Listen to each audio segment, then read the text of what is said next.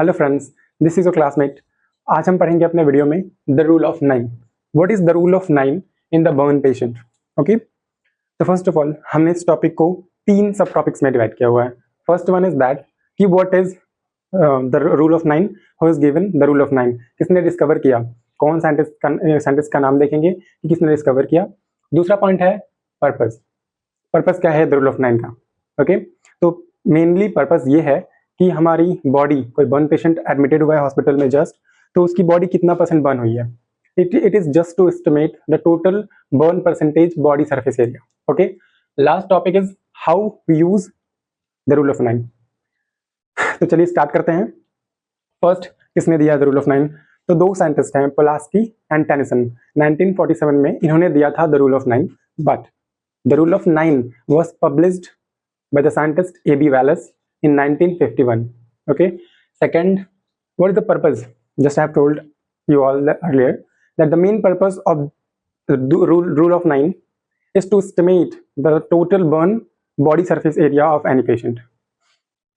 और लास्ट में हम लोग देखेंगे कि इसको यूज कैसे करते हैं। तो इसको अप्लाई करने के लिए, इसको यूज करने के लिए हमें अपने बॉडी को दो सरफेस एरियाज में डिवाइड करना है। First one is anterior, second one is posterior. हमारा जो फ्रंट बॉडी पार्ट है इसको हम लोग एंटीरियर बॉडी सरफेस कहते हैं, और जो बैक साइड है उसे पोस्टीरियर बॉडी सरफेस कहते हैं। ओके, तो फर्स्ट कंडीशन ये है कि हमारा हेड और नेक कंसिस्ट करता है 4.5 सामने और 4.5 पीछे। As you all can see in the diagram, that is the head plus नेक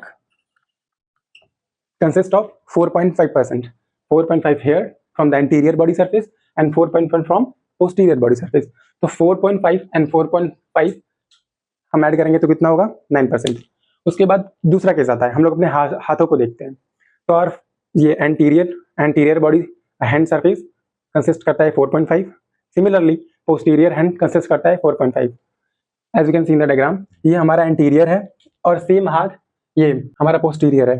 तो 4.5 इधर, 4.5 इधर। So we can say that one hand consists of 9% and another hand also consists of 9%. It means our both hand consist of 18%. It is clear?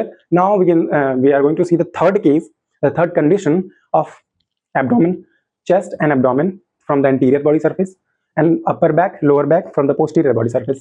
So from the anterior body surface, the chest region consists of 9% and the abdomen region also consists of 9%. So we can say collectively that our front anterior part consists of 18%. Similarly, at the upper back and lower back consist of 9% and 9% respectively. Collectively ये हमें 18% देता है। Okay, अब हम लोग third case देखते हैं। हमारा जेनाइटल्स कंसिस्ट ऑफ ओनली 1%। हमारा जेनाइटल एरिया 1% कंसिस्ट करता है। नाउ द लास्ट केस हमारा क्या बचा? हम now we are going to see the last case, that is for the legs, from the anterior leg and posterior leg. Okay, so the anterior leg is 9%. Similarly the posterior also 9%. It means that your anterior part of leg collectively 18%. Similarly हमारा जो posterior legs हैं दोनों मिला के 18% consist करते हैं। Now this is all about the rule of 9.